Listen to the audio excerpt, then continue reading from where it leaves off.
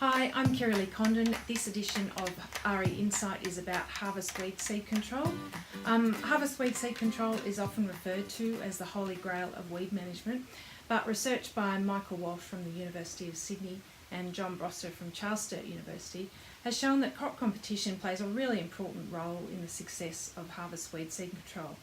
They surveyed 71 wheat crops across the grains regions of southern and western Australia in 2013, and they found that the more competitive crops cause ryegrass to grow taller, seeking out light and setting a greater proportion of their seed higher up in the canopy, where obviously it can be more easily captured for harvest weed seed control. Now, the recommendation for harvest weed seed control is to harvest about 10 to 15 centimetres, or around that beer can height. So the researchers actually measured the percentage of ryegrass seed that was retained in the canopy above 10 centimetres, and they found that in the more competitive crops, or those with higher biomass, had about 79% of ryegrass seed retained above that 10 centimetres height, whereas the less competitive crops, or those with lower biomass, had about 67% of ryegrass seed retained above 10 centimetres height.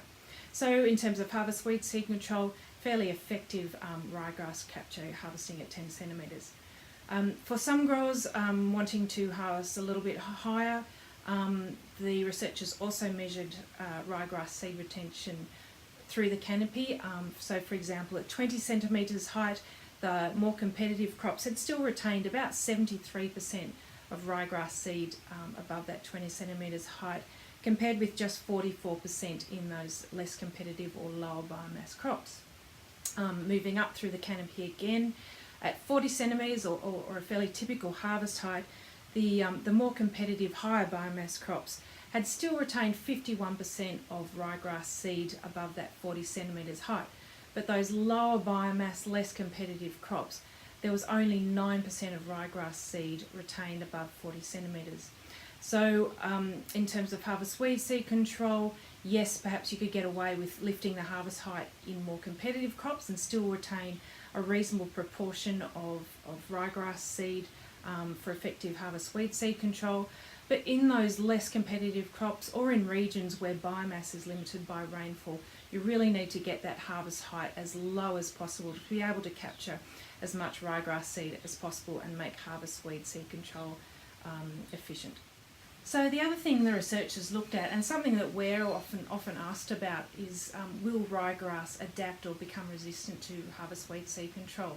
Will it become more prostrate and grow onto the cutter bar, or will it start to shed seed earlier? So the researchers looked at 9 paddocks where harvest weed seed control had been practiced for at least 5 seasons, and they compared ryegrass seed retention height in those paddocks with those of nearby paddocks where no harvest weed seed control had been used. They could find no impact of harvest weed seed control on ryegrass seed retention height, suggesting perhaps that it won't resistance won't occur readily in the field, but with increasing use of harvest weed seed control, increasing selection pressure, resistance is something that could potentially occur in the future. So just to wrap up, this is some more great research on harvest weed seed control from Michael Walsh and John Broster. We know that harvest weed seed control is a highly effective weed management tool, but we also know that it doesn't just work in isolation.